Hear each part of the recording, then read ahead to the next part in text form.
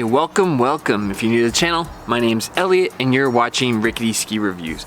Today, we're gonna be reviewing the Stockli Stormrider 95. I skied this in a 176 length, and I gotta tell you, I know a lot of you guys have been asking about the ski. I owned a pair of these skis, the 2016-2017 88 Stormrider, and I gotta tell you, I can see why so many of you guys requested this ski. This ski screams luxury. Now, as the name implies, these are a 95mm width underfoot, and they have a 17-meter turning radius.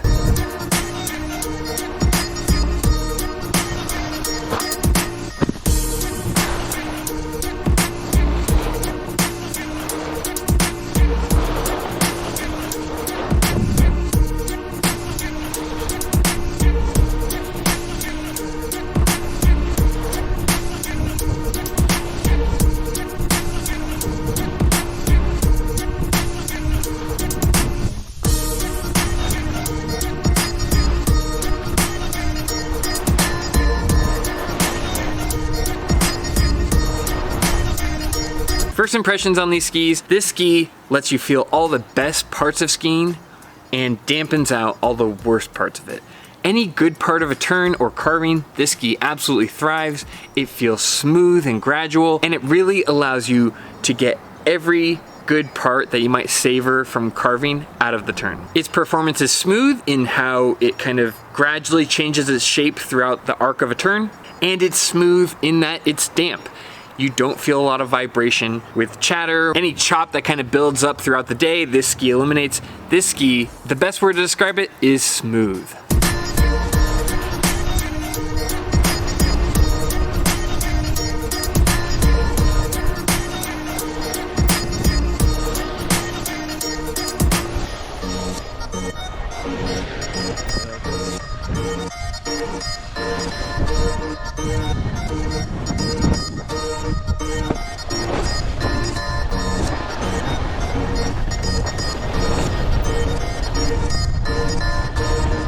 I personally went out and demoed these skis myself. They were not paid for by anyone else. I was not given these even by Stockli. I spent my own money, so this is my unbiased review, my unbiased opinion of the Stockli Stormrider 95.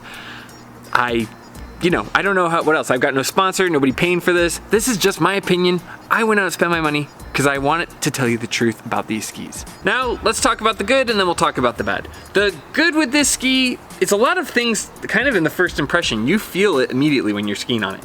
It feels very smooth with how much pressure it takes to kind of get that turn initiated, and then it will hold you really beautifully at the apex of the turn. A very stable ski. If you've ever carved and had kind of a spine on the mountain, it happens when the groomers don't exactly line up, so you can get some kind of spines in the snow. This ski would probably be the best option for going through that kind of thing because the Stormrider really cuts through that stuff smoothly without feeling the bad parts of the hill. To kind of contrast it, the Renown ski I think is also kind of, in my mind, a luxury ski in that you feel everything. This is kind of the opposite. It allows you to feel the good parts of the carving without feeling any of the chatter along the way. Also, the Renown has some things that it does way better than the ski, but we'll get into that. What else? The other good is that the platform that you build when you're carving is very stable. I felt like I could sit on the turn and just kind of sit there comfortably.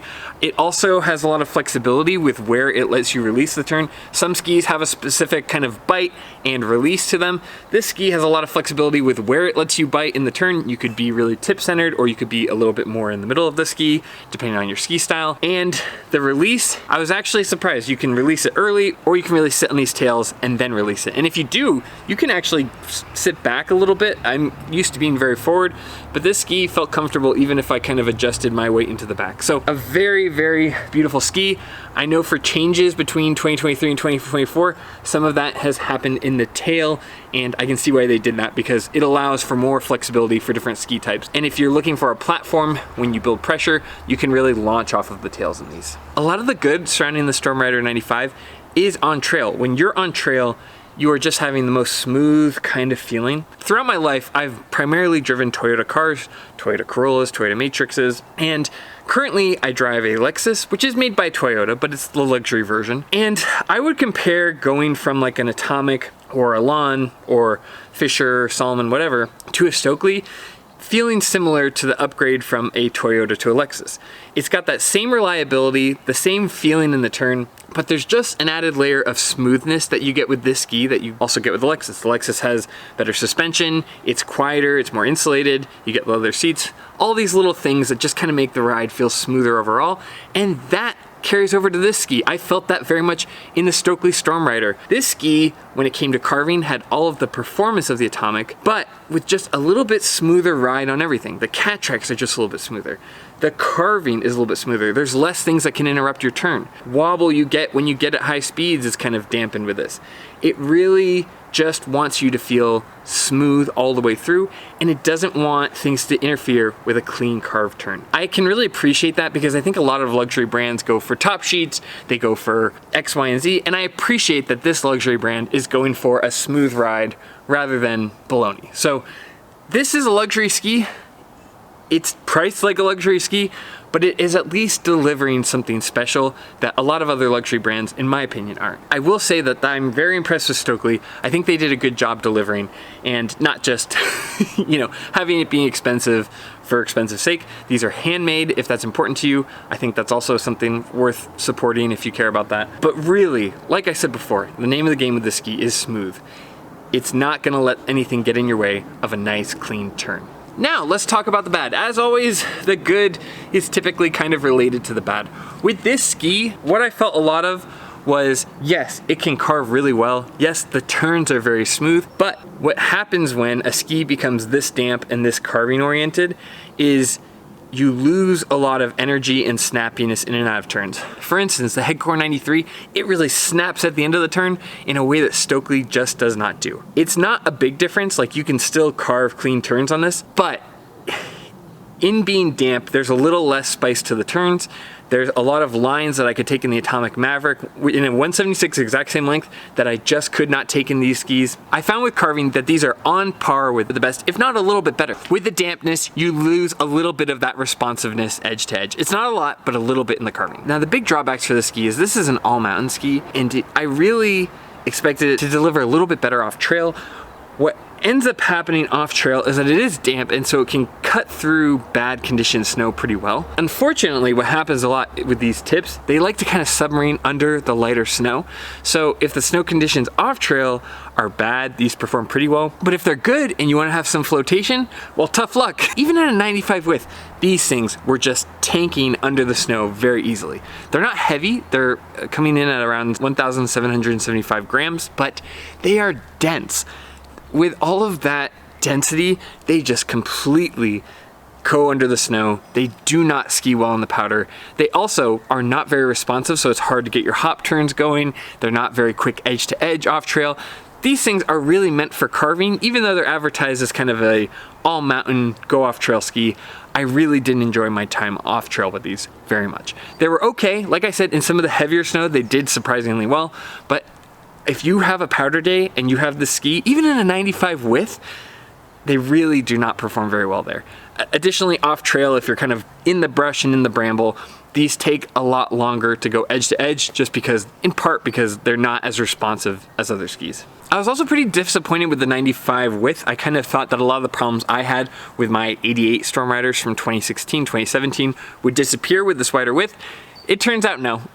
A lot of those problems are the same, if not even a little bit worse. So yeah, these do not blend the on-trail and off-trail performance as well. The other downside with the ski is it's 95 underfoot, and I'm not sure why, because you're not really getting a lot out of the width. I'd rather be on the 88 Stormrider, because if you're gonna take it on the groomers, you're gonna have a more responsive turn with the 88. So the 95 width that it's giving you, yeah, it might provide a little bit better flotation, but these skis kind of submarine so aggressively under the light powder. Maybe in heavy powder it makes sense, but for the light powder, the 95 is so ineffective at flotation that in my opinion, you might as well go with the Stormrider 88 Ti. I own those skis, I had them for a while. What you're gaining in responsiveness versus what you're losing in flotation, I think the 88 is probably a better value overall, but that's just my opinion. But with that dampness, you just kind of lose a lot of the liveliness off trail and on trail. For some people that might be a good thing if you're going off trail and you don't want very exciting circumstances, you want to just be able to kind of plow through things. Maybe you'll prefer this.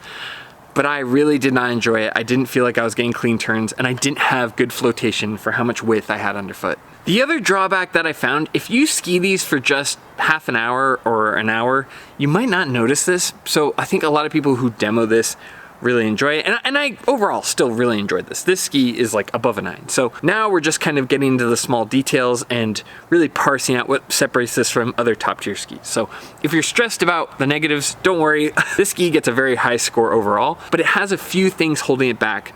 And I just want to talk about that because if somebody's buying the ski, they should know the good, but they should also know the bad. So one thing I noticed with this ski being so damp is that skiing it throughout the day, I found that a lot of the energy I was putting into changing the shape of the ski was actually eaten up by the dampness.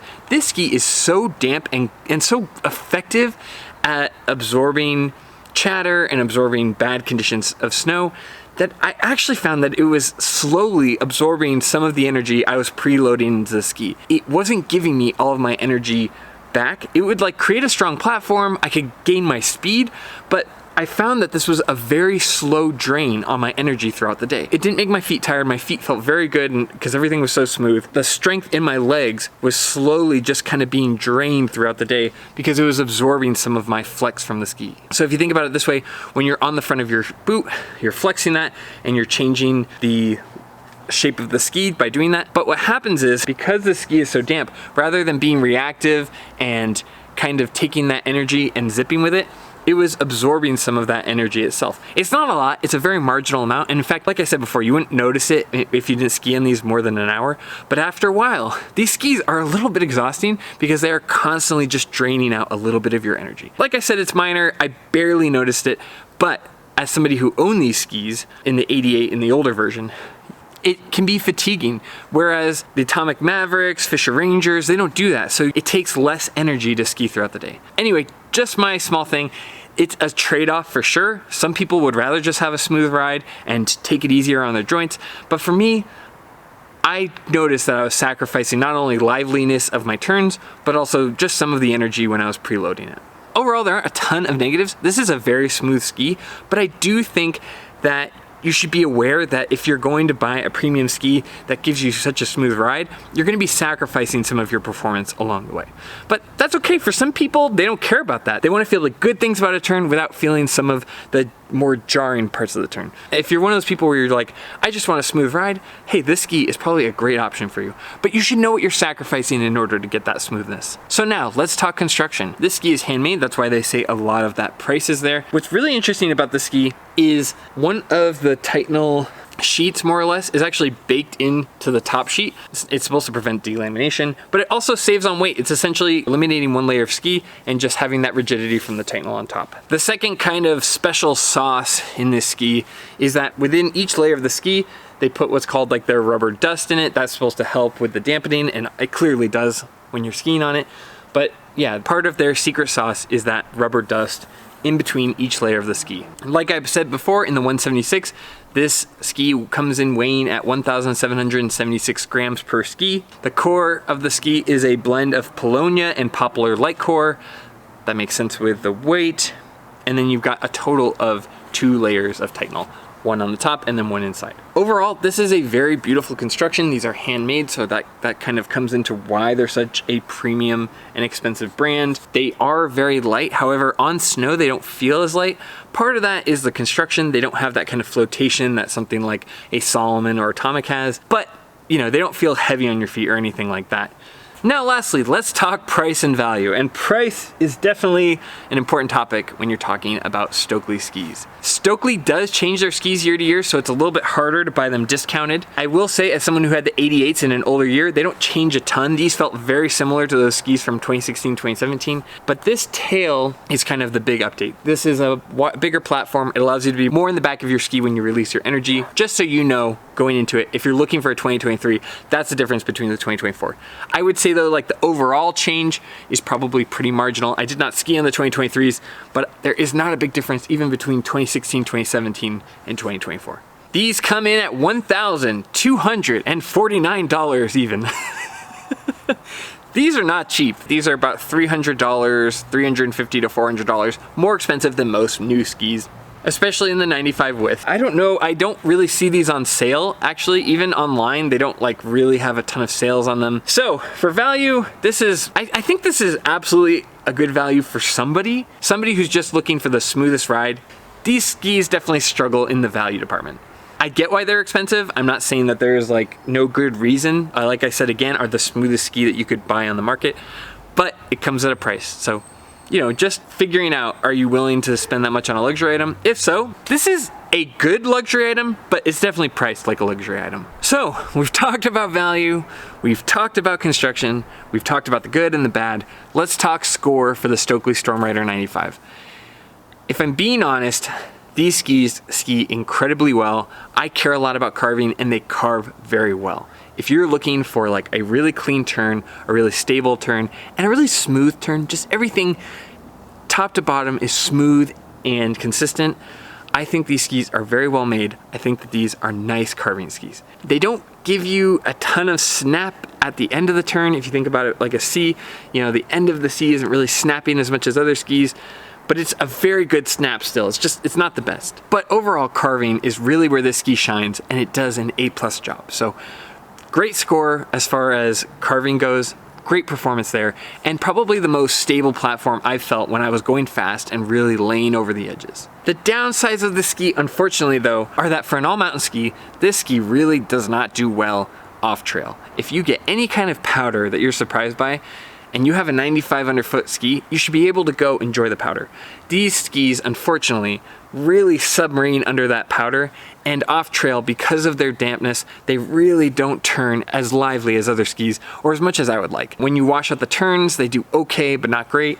I think the ski's real limit is that it doesn't have a good blend of on-trail and off-trail performance. These are very focused on the on-trail. So if you only care about on-trail, these are a great ski. If you only care about smoothness, this is the best ski.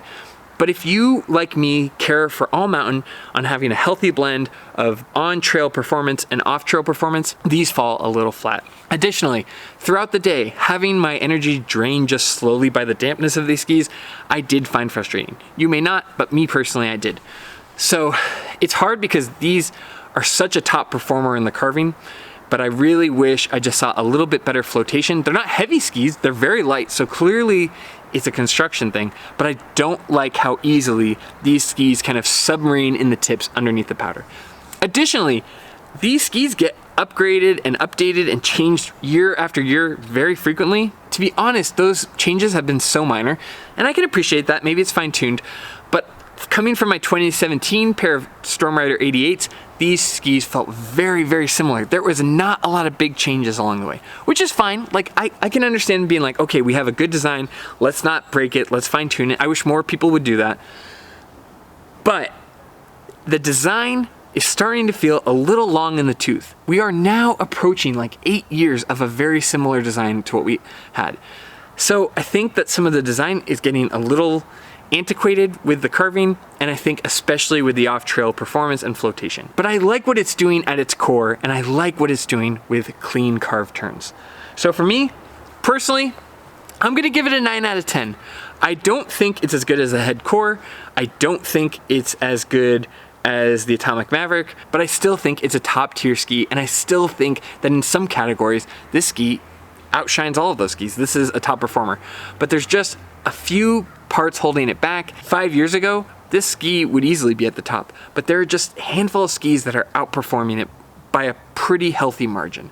Like I said, I'd rather be on the Head Core 93. I think that those carve a little bit better overall. They're not as damp, they're not as smooth, but I felt like on trail and off trail they perform better. The Maverick blends off trail and on trail way better. Even the Elan Ripstick, which has an overall lower score, does a much better job in having good flotation. So just doesn't kind of get out of its own way when it comes to off-trail performance, and that dampness over time really does eat up a lot of the energy into your turns. If you're not pinning it all the time and you're just looking for a smooth cruiser, hey, this ski's great. If you're somebody who just likes the ski to feel smooth on your body and feel clean in its turns, this ski is awesome. It's absolutely great, and I can see why people pay so much for it. But for me, I like a lively ski. I like a responsive ski, and this ski just has a few things holding it back. Overall, 9 out of 10. It's still an amazing score, but there are a few tiny features that just keep it from being the best performance overall. So that's my honest opinion.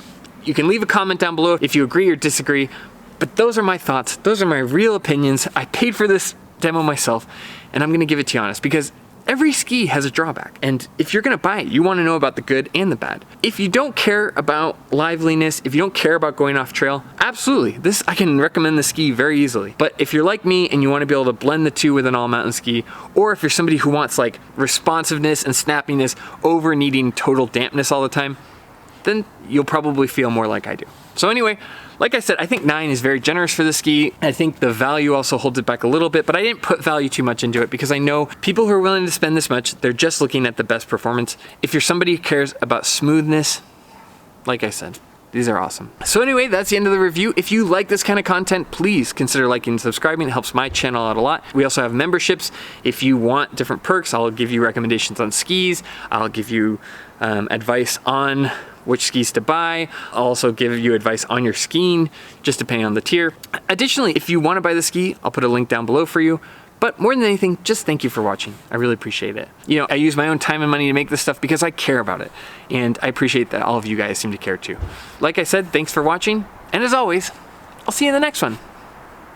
See ya.